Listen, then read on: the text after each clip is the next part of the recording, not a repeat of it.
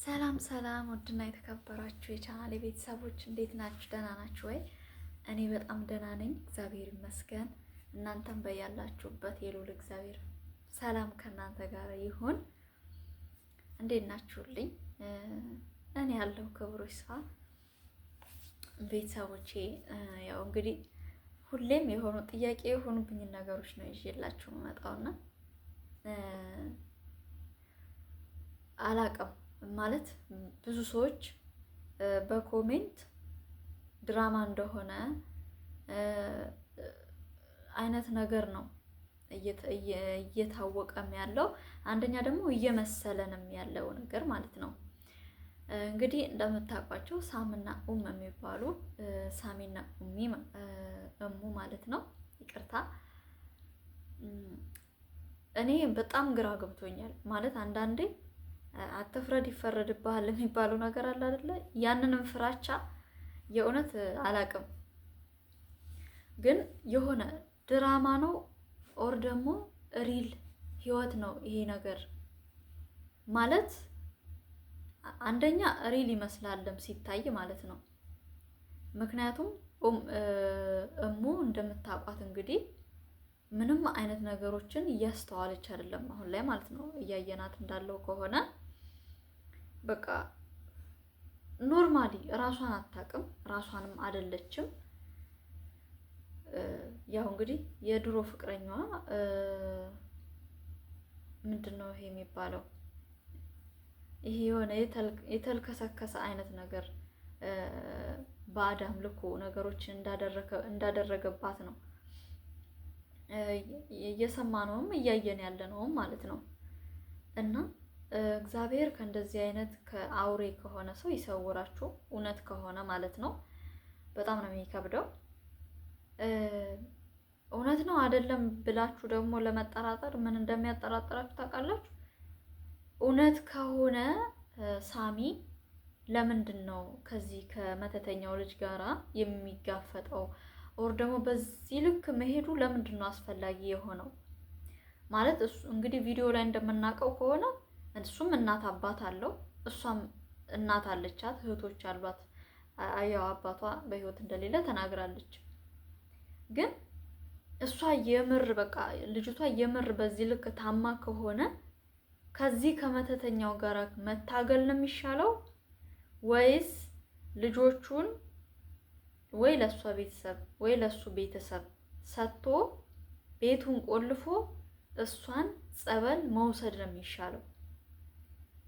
የእውነት ማለት እኔ በጣም ነው የሚያናድደኝ። አሁን አላያቸውም ሲጀመር ማለት ነው። አስጠላኝ፣ ሲሆነ ሲንዛዛ ያስጠላል። እና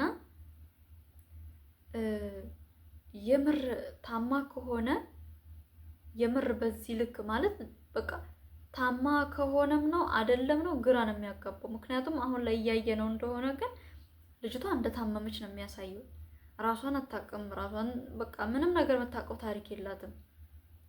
በቃ እሷነቷ ቆማ ትሄድ እንጂ ምንም የምታውቀው የምታስተውለው ነገር የለም። እያየነው እንዳለው ከሆነ ማለት ነው። ግን እንደዛ ሲሆን እሱ ያው ኦርቶዶክሶች ናቸው። እኛ ኦርቶዶክሶች ደግሞ የምናምነው በተልከሰከሰ ነገር ህይወታችን ይቀየራል ብለን ሳይሆን ህይወታችን የሚቀየረው በእግዚአብሔር ኃይል ብቻ ነው፣ በመብርሃን ምልጃ ብቻ ነው የኛ ህይወት የሚቀየረው እንደኔ እንጂ በተልከሰከሰ ህይወት የማንም ሰው ህይወት አይቀየርም። ለጊዜው ደስታ ሊፈጥር ይችላል፣ ለጊዜው ትልቅ የሆነን ሊመስለን ይችላል። ከጊዜው በኋላ ግን እንደኛ የሚረክስ ሰው የለም።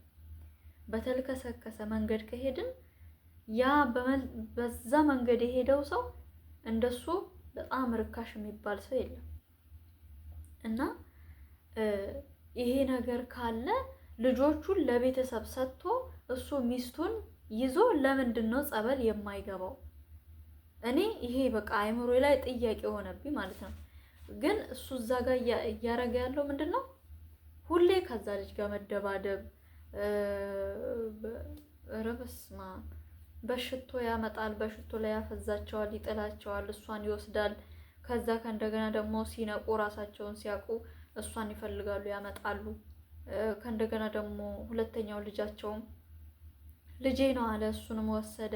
የእውነት ግን ልጁን የወሰደ ጊዜ የእውነት እኔ ፈርቼ ነበረ። ምክንያቱም ለዚህ ለልክስክስ ለሆነ መንፈስ ምንድን ነው የሚገበር ነው ምናምን የሚባል አባባል ነገሮች አሉ መሰለኝ እንደምሰማው ከሆነ እና ልጁን የህፃኑን ልጅ እዛ ወስዶ በቃ እዛው የሚያስቀርባቸው አይነት ነገር ነበር የመሰለኝ ማለት ነው በሰዓቱ እኔ ልጁን የወሰደ ጊዜ እና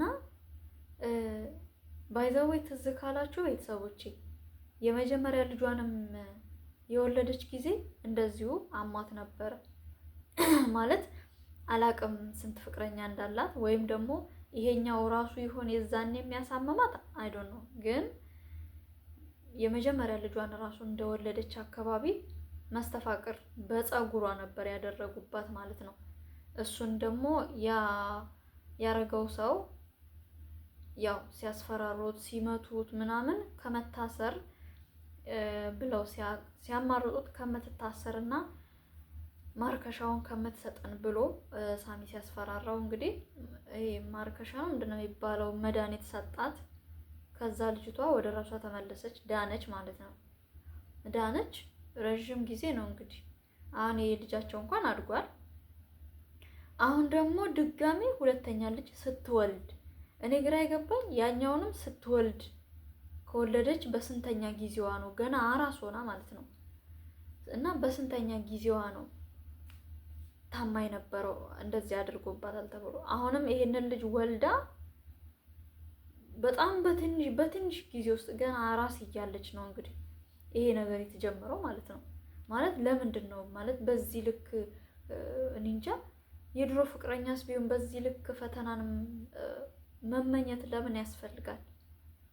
ማለት እቺ ሴት ወልዳለች፣ በቃ ከዚህ በኋላ እኮ ሊፈልጋት ራሱ አይገባም ቢወዳት ራሱ። ምክንያቱም ትዳር ውስጥ ናት፣ ወልዳለች፣ የሁለት ልጆች እናት ናት። እና እንዴት ነው አሁን የሁለት ልጆች እናት ከባል ነጥቆ መውሰድ አይከብድም? የእውነት ከሆነ ማለት ነው። እና ብቻ እናንተ ምንድን ነው የሚመስላችሁ? ማለት ይሄ ነገር ለመፍረድ ምንድን ነው የሚመስላችሁ? እኔ አሁን በአንድ በኩል ሳይ እሷን ሳያት እውነት ነው የሚመስለኝ። ምክንያቱም ያቺ ሴት ከድሮ ጀምሮ የምናውቃቸው ሰዎች ናቸው ረዥም ዓመት። ግን ያቺ ሴት አሁን ላይ ራሷን አይደለችም፣ የምታደርገውን ሙሉ ለሙሉ አታውቅም። እንግዲህ እንደምናየው ማለት ነው። እንዴ ብለን ደግሞ የሆነ እንድንጠራጠር ደግሞ ምን የሚያደርገን ምንድን ነው? የባሏ ነው። እኔ አላውቅም። እንደኔ ሀሳብ ልጆቹን ለቤተሰቡ ሰጥቶ እሷን ለምን ይዞ አልሄደም? ለምን ከዚህ ከልጅ ጋራ ይጋፈጣል የሚለው ነገር ነው እኔ በውስጥ ያለው። ግን ስቲል እስካሁን ድረስ ቪዲዮ ነው የሚሰራው እሱ። በፈጣሪ ስም ብቻ የእውነት ከሆነ ግን እኔ መብርሃን ትቅረባት፣ መብርሃን ትማራት። በጣም በቃ ያ ቤት ማለት ነው የእውነቴን ነው የምላችሁ ቤት ሳይቀይሩ በፊት የድሮ ቤታቸው ውስጥ የምታውቋቸው ከሆነ ብዙዎቻችሁ ታውቋቸዋላችሁ። ድሮ ቤታቸው ትንሽዬ ናት። በቃ አላቅም የሚሰሩትን ፕራንክ በቃ ያላቸውን ፍቅር የእውነት ቪዲዮዋቸውን ከፍታችሁ ይዩት ማለት ነው። በቃ እንዴት እኔ እግዚአብሔርን እነሱ ቪዲዮ እስከሚሰሩ ድረስ ጓጉቼ ነበር የምጠብቃቸው። በተለይ ሳሚን ሲያናድዱት ፕራንክ ሲያደርጉት በስላሴ የእውነት ቤተሰቦቼ እንደኔ የሚስቅ ያለ አይመስለኝም።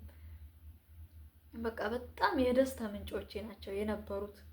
ግን በቃ ከዛ ቤት ከወጡ በኋላ ግን ፕራንክም የለም ምንም የለም። በቃ እንዳለ የምናየው እና የሚሰሩት ቪዲዮ በሙሉ ፈተና የተሞላበት ነው። በቃ የሚያስጠላ ነገሮች ናቸው። ከዚህ በፊት ሳሚ ታመመ፣ ሌላ ሴት ምናምን እንደዚሁ መተት አረገችበት። ሰርክ የምትባለው ታውቃላችሁ? እሷ ስታሰቃየው ነበረ። ጸበል ሄደ በሰዓቱ እሱም። ከዛ ዳነ መጣ። እሞማ አረገዘች፣ ወለደች።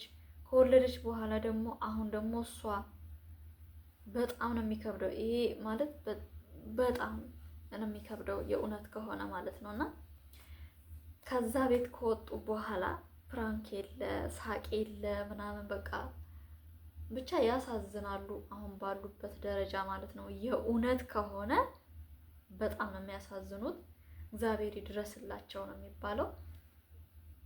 የእውነት ከሆነ እንግዲህ እኛ በጸሎት ማሰብ ነው እንጂ ሌላ ምንም የምናደርገው ነገር የለም። እሙዬን በጸሎት እናስባት። ሳሚን ደግሞ ልብ እንዲሰጠውና የሚሻለውን ነገር እንዲያቅ እንዲያስተውል ጸሎት ማድረግ ነው ለሁላቸውም። እና ቤተሰቦቼ እኔ ጥያቄ ስለፈጠረብኝ ነው ማለት በዚህኛው ነው የምትፈርዱት፣ በዛ ነው የምትፈርዱት፣ ግራ ነው የሚያጋባው። ከእንደዚህ አይነት ከሚያስጠላ ህይወት እግዚአብሔር ይሰውራችሁ። በተለይ ደግሞ በጣም ክፉ ከሆነ ፍቅረኛ፣ ክፉ መንፈስ ካለበት ፍቅረኛ፣ የተልከሰከሰ እምነት ውስጥ ያለ ፍቅረኛ እግዚአብሔር ይሰውራችሁ።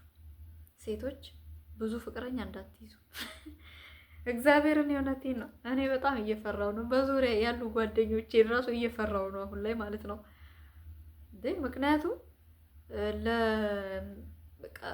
ለወደፊት ህይወታችሁ ያስፈራል። የሰው ልጅ እንደዚህ ከሆነ እንደ ወልዳችሁ ከብዳችሁ ባላችሁን አሳጥቶ ልጆቻችሁን ለይቶ እናንተን አሳብዶ የኔ ካልሆናችሁ የሚል ፍቅረኛ በስላሴ እግዚአብሔር ይሰውረን ይሰውራችሁ። የእውነቴን ነው የምለው። እና የኔ ውዶች የኔ እንቁዎች ላይክ እና ሼር ሰብስክራይብ ማድረጋችሁን እንዳትረሱ። ደገፍ አድርጉኝ፣ አበረታቱኝ።